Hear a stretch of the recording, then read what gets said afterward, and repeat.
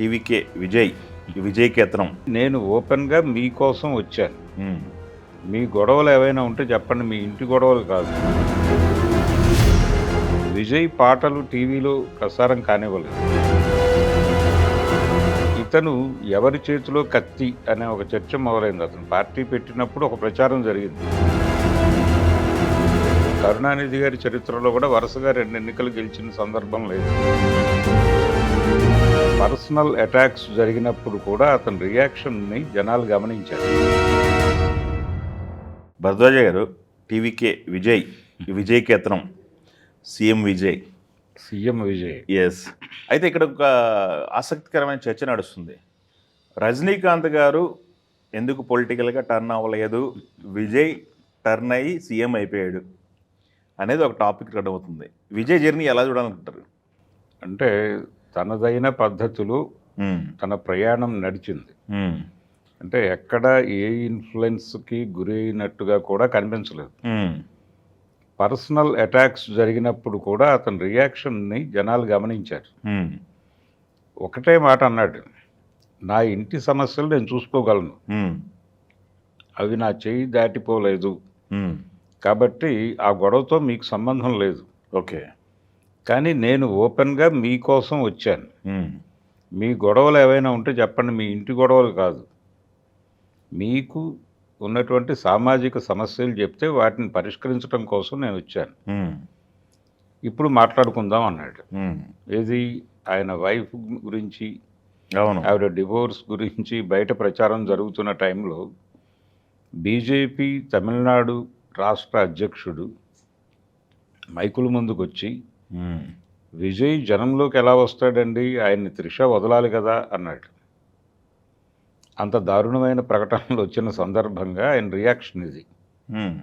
అలా ప్రతిదీ చాలా ప్రాపర్గా హ్యాండిల్ చేసుకుంటూ వెళ్ళాడు. అలాగే ఎన్నికలకి ముందు పొత్తులోకి పెడతారా అని అడిగినప్పుడు కూడా నేను అలాంటి ప్రయత్నాలు ఏమీ చేయటం లేదు, ఎవరైనా నా దగ్గరికి వస్తే మాట్లాడటానికి నేను సుముఖున్నాయి, కానీ నా అంతటా నేనుగా ఎవరితోనూ కలిసి వెళ్ళాలని అనుకోవడం లేదు. ఓకే, ఈ ఎన్నికలు నేను నా పద్ధతిలో నేను నిర్వహించుకుందాం అని అనుకుంటున్నాను అన్నాడు. అభ్యర్థుల్ని ఎలా ఎంపిక చేస్తారు, ఇలాంటి రకరకాల ప్రశ్నలు సంధించారు ఆయన మీద. ప్రతిదానికి నాకు ఒక పద్ధతి ఉంది, నేను ఆ పద్ధతిలో పెడతాను అన్నాడు తప్ప ఎక్కడ నేను నా పద్ధతి నుంచి డీవియేట్ అవుతాను, ఎవరినో సలహా అడుగుతాను, ఇలాంటి గొడవలు లేవు అక్కడ. అందుకని స్ట్రైట్గా జనంతో మాట్లాడుతూ ఉన్నాడు, ఇంటరాక్ట్ అవుతూ ఉన్నాడు అతను. ఇది కలిసి వచ్చిన అంశం. ఓకే, ఇవన్నీ కలిసి అతని మీద ఒక నమ్మకాన్ని కలిగించినాయి. ఇన్ని దాడులు వాంటెడ్గా జరుగుతున్నాయి, కనీసం విజయ్ పాటలు టీవీలో ప్రసారం కానివ్వలేదు, అది కూడా జనం గమనించారు. అవునా? దాంతో పాటు ఆయన సినిమా అయిపోయింది జననాయకన్, అది జనం గమనించారు. ఇతన్ని పర్సనల్ లెవెల్లోకి వెళ్ళి మరీ అటాక్ చేస్తున్నారు. ఆయనకి ఆయన తండ్రి గారికి ఉన్నటువంటి వివాదాలు కూడా బయటకు తీసి రచ్చ చేశారు. అయినప్పటికీ ఆయన ఏం కంగారు పడలేదు.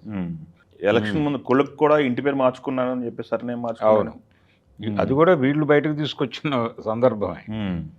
తీసుకొచ్చి ఇన్ని విధాలుగా, అంటే తను హాస్టల్లో ఉంటున్నాడు, అతను చేసింది కూడా అతను చెప్పడం కాదు, వీళ్ళే బయటకు తీసుకొచ్చి దాన్ని పబ్లిక్ డొమైన్లో పెట్టారు.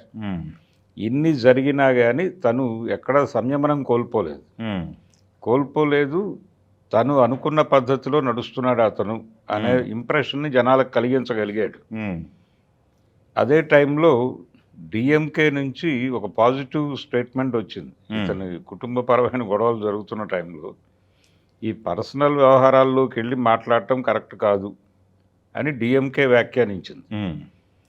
ఇతను ఎవరి చేతిలో కత్తి అనే ఒక చర్చ మొదలైంది. అతను పార్టీ పెట్టినప్పుడు ఒక ప్రచారం జరిగింది, ఇతన్ని డిఎంకేని దెబ్బ కొట్టడానికి బీజేపీ ప్లాంట్ చేసింది అనే అభిప్రాయం మొదట జనాల్లో కలిగింది. తర్వాత అందరూ అనుకున్నది ఏంటంటే ద్రవిడ ఓట్ బ్యాంక్ని చేల్చటం అనే ప్రోగ్రాం కోసం ఇతన్ని విజయ్ని వాళ్లే ప్లాంట్ చేశారని అనుకున్నారు. ఆ తర్వాత ఇంకొక అభిప్రాయం, ఇతన్ని డిఎంకే ప్లాంట్ చేసింది అంటే 2009 ఎన్నికల్లో చిరంజీవి గారు పార్టీ పెట్టడం వలన ఆ ఎన్నికల్లో ప్రభుత్వ వ్యతిరేక ఓటు భారీగా చీలి వైఎస్ రాజశేఖర రెడ్డి రెండోసారి సీఎం అయ్యే అవకాశం కలిగింది కాంగ్రెస్ పార్టీకి. ఓకే. అలా విజయ్ కూడా ఆ రోల్ ప్లే చేయబోతున్నాడు. ప్రభుత్వ వ్యతిరేక ఓట్ బ్యాంక్ను బలంగా చీల్చేసి అది సాలిడ్గా ఏడీఎంకేకో మరొకరికో వెళ్లకుండా చేసి మళ్ళీ డిఎంకే గెలుపుకు సహకరించే అవకాశం ఉంది అని కూడా అంచనాలు కట్టారు. ఓకే. ఈ కడుతున్న సందర్భంలో ఇవన్నీ విజయ్ దగ్గరికి వెళ్ళినప్పుడు తను ఒక మాట అన్నాడు, నేను భారతీయ జనతా పార్టీకి అంటే కేంద్రంలో అధికారంలో ఉన్న పార్టీకి రాష్ట్రంలో అధికారంలో ఉన్న డిఎంకేకి సమాన దూరంగా ఉందామనుకుంటున్నాను, వీళ్ళిద్దరితోనూ నాకు ఏ సంబంధాలు లేవు, వద్దని కూడా అనుకుంటున్నాను అన్నాడు. అది పనిచేసింది ఆ ప్రకటన. ఓకే. ఇలా నేను ఎవరి చేతుల్లోనూ కత్తిని కాను, నేను బీజేపీ చేతుల్లోనూ కత్తిని కాను, డిఎంకే చేతిలోనూ కత్తిని కాను, నేను నాకే కత్తి అనే పద్ధతిలో తను చెప్పుకునే ప్రయత్నం చేశాడు. రెండోది అతను ప్రజల ముందు ప్రదర్శించిన వినయము ఇవన్నీ కూడా వర్కౌట్ అయినాయి. ఓకే. ఇవన్నీ కలిసి నిజంగానే డిఎంకే మీద ఇంత వ్యతిరేకత ఉందా జనాల్లో అంటే ఒక అభిప్రాయం, జనాల్లో ప్రభుత్వ వ్యతిరేకత అంత బలంగా ఉంది అని అనుకోలేము. ఎందుకంటే మనకి ఎగ్జిట్ పోల్స్ వచ్చినాయి, ఎగ్జిట్ పోల్స్ అన్నీ కూడా డిఎంకే గెలవబోతోంది అనే చెప్పినాయి. 1-2 తప్ప 1-2 కూడా ఏడీఎంకే గెలవబోతోందని చెప్పలేదు, విజయ్ గెలవబోతున్నాడు అని చెప్పారు. వాళ్ళు విజయ్ గెలవబోతున్నాడు అని చెప్పడానికి మిగిలినవన్నీ డిఎంకే గెలవబోతోంది, స్టాలిన్ మరోసారి సీఎం కాబోతున్నాడు అని చెప్పడానికి. అంటే కరుణానిధి గారి చరిత్రలో కూడా వరుసగా 2 ఎన్నికలు గెలిచిన సందర్భం లేదు. సో ఆ రేర్ రికార్డుని స్టాలిన్ కొట్టబోతున్నాడు. ఒక రకంగా తండ్రిని మించిన తనయుడు ఇలాంటి టైటిల్స్ అన్నీ ఇచ్చేశారు. ఓకే. ఇచ్చేసిన సందర్భంలో ఇప్పుడు అదే ఆయన ఇప్పుడు వచ్చినటువంటి ఫలితం ఇందాక మీరు చెప్పారు కొన్ని సంఘటనలు టార్గెట్ చేశారు, కార్నర్ చేశారు విజయన్ అని చెప్పేసి, అదేమైనా సింపతిగా గెయిన్ అయ్యే అవకాశం ఉందంటారా ఓటర్స్లో? సింపతి కంటే కూడా ఇతను తన కాళ్ళ మీద తను నిలబడుతున్నాడు అనే ఇంప్రెషన్. ఓకే. ఆ ఇంప్రెషనే బలాన్ని ఇచ్చింది అతను. ఓకే. అతని మీద మొదటి దాడి జరిగింది అతను క్రైస్తవుడు అని, జోసెఫ్ విజయ్ అతను ఆ దాడి చేశారు. అప్పుడు కూడా అతను రియాక్ట్ కాల. అంటే క్యాస్ట్ పనిచేసిందంటారా? క్యాస్ట్ సంబంధించి క్యాల్కులేషన్లో చూసుకుంటే అన్ని క్యాస్ట్ రిలీజియన్ అన్నీ మాట్లాడారు. కాకపోతే తన క్యాస్ట్ సంబంధించిన సంఖ్య తక్కువ అన్నారు కదా తమిళనాడులో. అయినప్పటికీ అతను ప్రధానంగా దిగువ తరగతి ఓట్లని అట్రాక్ట్ చేశాడు. ఓకే. తర్వాత జంజీ ఓట్లని పట్టుకోగలిగాడు. అలాగే చివరిలో జరిగినటువంటి అంటే సడన్గా పోలింగ్లో ఒక హైప్ క్రియేట్ అయింది. అవును, హైప్ క్రియేట్ అయ్యి అది భారీగా పర్సంటేజ్ పెరిగింది. తమిళనాడు హిస్టరీలో ఎక్కువ పర్సెంటేజ్ అంట. అది ఆ రికార్డు క్రియేట్ అవ్వటం వెనకాల ఈ కొత్తగా ఓటర్లుగా నమోదైన వాళ్ళ ప్రభావం. అంటే అందరూ పోలింగ్ బూత్లకు రష్ అయిపోయి ఓట్లు వేస్తారు. అదే ఆ చివరిలో పడ్డ ఓట్లన్నీ సాలిడ్గా అటే వెళ్ళినాయి అనేది ఒక అంచనా ఇప్పుడు. అదే ఆ రోజున కూడా అదే అంచనాతో ఉన్నారు. దాంతోపాటు డిఎంకే మీద అంటే నేను అనేది ఏంటంటే డిఎంకే మీద నిజంగానే ప్రజల్లో సీరియస్ వ్యతిరేకత ఉందా అనేది చూస్తే చాలా సర్వేలలోనూ చాలా ఎగ్జిట్ పోల్స్లోనూ అనేక సమూహాలని వాళ్ళు ఓపెన్గా అప్రోచ్ అయినప్పుడు ఆ ప్రభావం ఏం కనబడలేదు. సీరియస్గా డిఎంకే వద్దు అనే పరిస్థితుల్లో జనం లేరు. కానీ కొన్ని సెగ్మెంట్స్ కొన్ని సెక్షన్స్ మాత్రం వాంటెడ్గా అధికారం మారితే బాగానే ఉంటుంది అనుకున్నారు. ఒకటి ప్రధానంగా అక్కడ కుటుంబ పాలన నడుస్తోంది. కొడుకుని లాంచ్ చేయటం కోసం ఆయన కొన్ని ప్రయత్నాలు చేశాడు ఉదయనిధిని. ఇది కొంతమందిని ఇబ్బంది పెట్టింది. అలాగే అవినీతి ఆరోపణలు ఉన్నాయి. వీటన్నిటి నుంచి ఒకసారి అధికారం మారిస్తే బాగుంటుంది. అయితే స్టాలిన్ అడ్వాంటేజ్ ఏంటంటే ఆయన ఎవరికైనా యాక్సెస్ ఇచ్చాడు. ఓకే. ప్రతి ఒక్కళ్ళతోనూ మాట్లాడాడు, ఎవరైనా పిలిస్తే వెళ్ళి మాట్లాడాడు. ఇలా విపరీతమైన యాక్సెస్ ఇవ్వటం అనేది అతనికి కలిసి వచ్చిన అంశం. కానీ ఈ ఆరోపణలు కూడా అదే స్థాయిలో వచ్చినాయి. ఎస్. ఇప్పుడు ఇంకొకటి ఇక్కడ ఈ విజయ్ విక్టరీ చూసిన తర్వాత చాలామంది కలుగుతున్న కోర్స్ అవుటర్స్ అవ్వచ్చు, అక్కడ ఉన్నవాళ్ళు రజనీకాంత్ గారు పార్టీ పెడితే ఎలా ఉండేది పొజిషన్ అనేది ఒకటి మాట్లాడుతున్నారు. కమల్ హాసన్ గారు పెట్టారు. ఇప్పుడు చాలామంది సినిమా ఆర్టిస్టులు తమిళనాడులో పార్టీలు పెట్టారు. విజయకాంత్ పెట్టాడు. విజయకాంత్ పెట్టారు. ఆయన కోర్స్ ఆయన లేదు, చనిపోయారు. విజయకాంత్ కూడా పార్టీ పెట్టాడు. అయితే ఈ స్థాయి విక్టరీ సాధ్యం కాలేదు. అది ఎంజీఆర్కి మాత్రమే పరిమితం అయింది. ఎంజీఆర్ తర్వాత పార్టీ పెట్టిన కమల్ హాసన్ కానీ, కమల్ హాసన్ కంటే ముందు పార్టీ పెట్టిన విజయకాంత్ కూడా తక్కువ సీట్లతోనే ఉన్నాడు. అయితే ఒక దశలో ఆయన ఒక ఎన్నికలో కింగ్ మేకర్గా ఉపయోగపడ్డాడు. అవును. ఆ మేరకు ఆయనకి పొలిటికల్గా లబ్ధి చేకూరింది, అంతవరకే.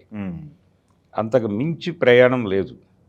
అలాగే సౌత్లోనే చూసుకుంటే మనం తమిళ నుంచి తెలుగు రాజకీయం సినిమా కలిసి నడిచినటువంటి సందర్భంలో ఎన్టీ రామారావు గారు పార్టీ పెట్టాడు. ఆయన ఇమ్మీడియట్గా అదే ఎన్నికలో 9 నెలల్లో పార్టీ పెట్టి గెలిచాడు. అది పెద్ద గెలిచి అదొక చరిత్ర. ఆ తర్వాత పార్టీ పెట్టినటువంటి చిరంజీవి గారు, ఆయన ప్రజారాజ్యం పార్టీ పెట్టి, అంటే సినిమా పద్ధతిలోనే రికార్డుల వేటలో భాగంగా 8 నెలలు ఎన్నికలకి కరెక్ట్గా 8 నెలల ముందు పార్టీని అనౌన్స్ చేశారు.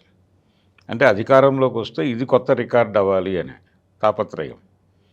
అలా పెట్టినటువంటి పార్టీ ఎందుకు దెబ్బతింది అంటే ఒక క్లియర్ ప్రోగ్రామ్ ఇవ్వకపోవడం జనాలకి. రెండోది, తాము ఎందుకు రావాల్సి వచ్చింది రాజకీయాల్లోకి అనేది జనాలకి ప్రాపర్గా అర్థం చేయించకపోవడం. తమిళ రాజకీయాలు వేరు, తెలుగు రాజకీయాలు వేరు అనేది క్లియర్గా పెద్ద డివైడర్ లైన్ అయితే కనపడుతుంది. డివైడర్ లైన్ ఏం కాదండి, అంటే క్లారిటీ ఉందా లేదా అవతల వ్యక్తులు అనేది చూస్తున్నారు. చిరంజీవి గారు అప్పుడు ఉన్నటువంటి నాయకులందరినీ ఎవరి మీద సీరియస్ క్రిటిసిజం లేకుండా, ఆయన స్టైల్ ఒకటి ఉంటుంది, ఎవరిని నొప్పించక తాను నవ్వక వెళ్ళేవాడు ధన్యుడు సుమతి అన్నట్టుగా ఉంటుంది ఆయన వ్యవహార శైలి. అది రాజకీయాల్లో కుదరదు. ఒక క్లియర్ ప్రోగ్రామ్ చెప్పేసి ఆ ప్రోగ్రామ్ మీద ధాటీగా అవతల వాళ్ళని విమర్శించి తాను రంగంలోకి వచ్చేసి ఎమర్జ్ అయిపోవాలి. ఇది ఇక్కడ జరిగింది లోపం. అక్కడ ఆ జరిగిన లోపం అలా కొనసాగింది. ఆ టైంలో పవన్ కళ్యాణ్ వచ్చి కొంత దాన్ని వేగం చేసే ప్రయత్నం చేశాడు. నిజానికి అప్పటి వరకు చాలా పాజిటివ్ టోన్లో నడిచింది. అది ఏదో ఇంటలెక్చువల్ వ్యవహారంలాగా నడిచింది ప్రజారాజ్యం. అలా కాకుండా దానికి ఒక మాస్ అప్పీల్ తీసుకొచ్చిన వాడు పవన్ కళ్యాణ్. తిరిగి పవన్ కళ్యాణ్ పార్టీ పెట్టినప్పుడు మళ్ళీ తను ఇంటలెక్చువల్గా మారిపోయాడు. మారిపోయి తను కూడా, అంటే తమకున్నటువంటి అభిమాన గణాన్ని మొత్తాన్ని కంట్రోల్లోకి తీసుకుని వాళ్ళని రంగంలోకి తీసుకొచ్చి వాళ్ళ నుంచి నడపటం అనేది విజయ్ దగ్గర కనిపించింది, ఎంజీఆర్ దగ్గర కనిపించింది, ఎన్టీఆర్ దగ్గర కనిపించింది. ఎన్టీఆర్ కూడా తన అభిమానులతో సమావేశాలు పెట్టాడు. అప్పుడు ఎంజీఆర్ పెట్టాడు, విజయ్ చేశాడు. వీళ్ళ అభిమాన గణాన్ని ప్రాపర్గా యూటిలైజ్ చేసుకోవాలి. అది పెద్ద లోపం. ఓకే. అందుకని అదేదో మనకు సంబంధం లేని వ్యవహారం అన్నట్టుగా నడిచిపోయింది. ఎస్. ఇప్పుడు రజనీకాంత్ గారి పరిస్థితి, రజనీకాంత్ పార్టీ పెట్టడానికి ఉత్సాహం లేదు, కానీ ఆయన ఉత్సాహపరిచారు. అదే ఎవరు, ఆయనతో ఉండేటువంటి సత్యనారాయణ గారు ఉత్సాహపరిచాడు ఆయన. ఓకే. ఉత్సాహపరిచి మనం పార్టీ పెడితే ఏం కాదు, గెలిచేస్తున్నాం అంటే. సినిమా ఇండస్ట్రీలో ఎంజీఆర్ తర్వాత ఆ స్టార్డమ్ వచ్చింది రజనీకాంత్కి. సో ఈజీగానే మనం టార్గెట్ రీచ్ అయిపోవచ్చు అన్నారు. కానీ ఈయన డౌట్లు ఈయనకు ఉన్నాయి.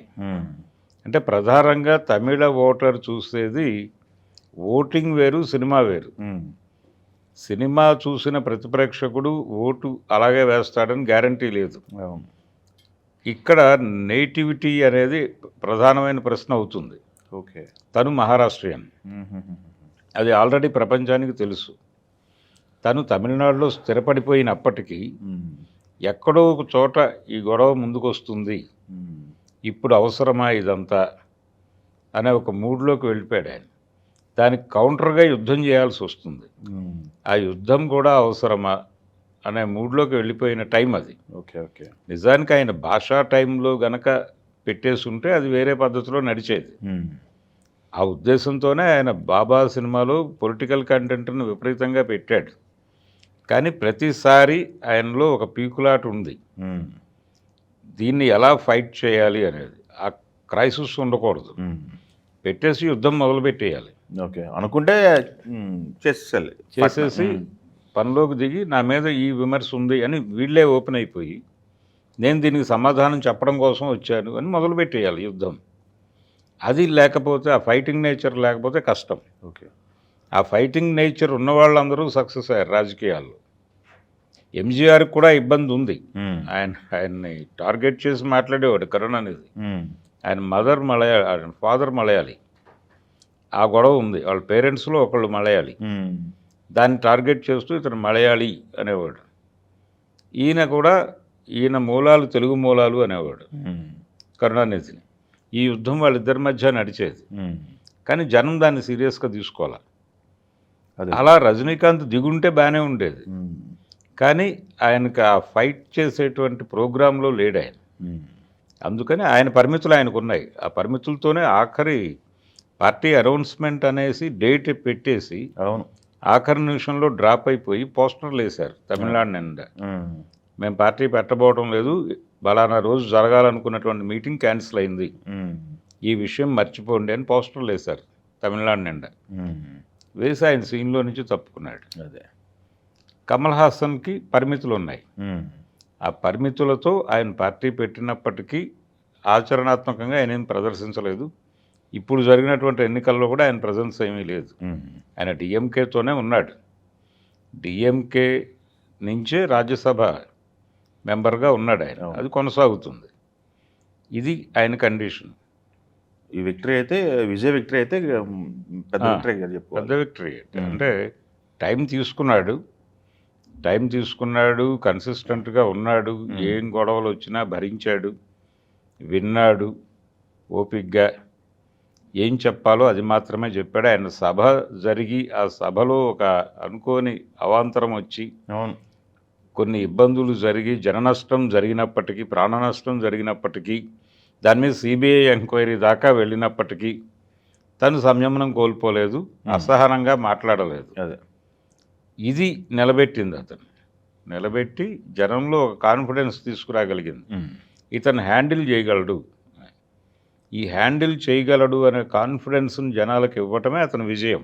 ఓకే, అక్కడ పొలిటికల్ వాక్యూమ్ ఉందా లేదా? పొలిటికల్ వాక్యూమ్ ఉంది నిజానికి. ఎందుకంటే ఏడీఎంకే అనేది అప్పటి వరకు డిఎంకే ఆర్ ఏడీఎంకే మధ్య నడిచేది గొడవ. అవును, అవి రెండు బలంగా ఉన్న రోజుల్లో విజయకాంత్ పార్టీ పెట్టి ఏం సాధించలేకపోయాడు. కానీ విజయ్ వచ్చే టైంకి ఏడీఎంకే వీక్ అవుతూ వస్తుంది, నాయకత్వం లేదు, నాయకత్వం పోయింది. పన్నీర్ సెల్వం లాంటి వాడు వెళ్ళిపోయి డిఎంకేలో చేరిపోయాడు. ఈ వాతావరణం నడుస్తున్నటువంటి టైంలో తను ఎమర్జ్ అయిపోయి ఇప్పుడు తను గెలుచుకున్నటువంటి స్థానాల్లో చాలా వరకు ఏడీఎంకే సీట్లు అవి, వాటితో పాటు డిఎంకే సీట్లు కూడా కొన్ని గెలిచేశాడు. సో ఇతను ఆల్టర్నేటివ్ పొలిటికల్ ఫోర్స్గా ఎమర్జ్ అయిపోయాడు ఇప్పుడు. ఓకే, అయితే ఇతనికి కౌంటర్ ఎవరు నిలబడతారు అనేది ఇప్పుడు ప్రశ్న. ఓకే, ఏడీఎంకేనా డిఎంకేనా? డిఎంకే నిలబడుతుంది. డిఎంకే ఉంటుంది. డిఎంకే వర్సెస్ టీవీకేగా నడుస్తుంది ఇక కథ. TVK versus DMK. ఓకే, అలా ఒక ఏరియాని సెట్ చేసి నా రోల్ ఇది అని బలంగా చెప్పగలగటమే విజయం. Okay, thank you. తెలుగు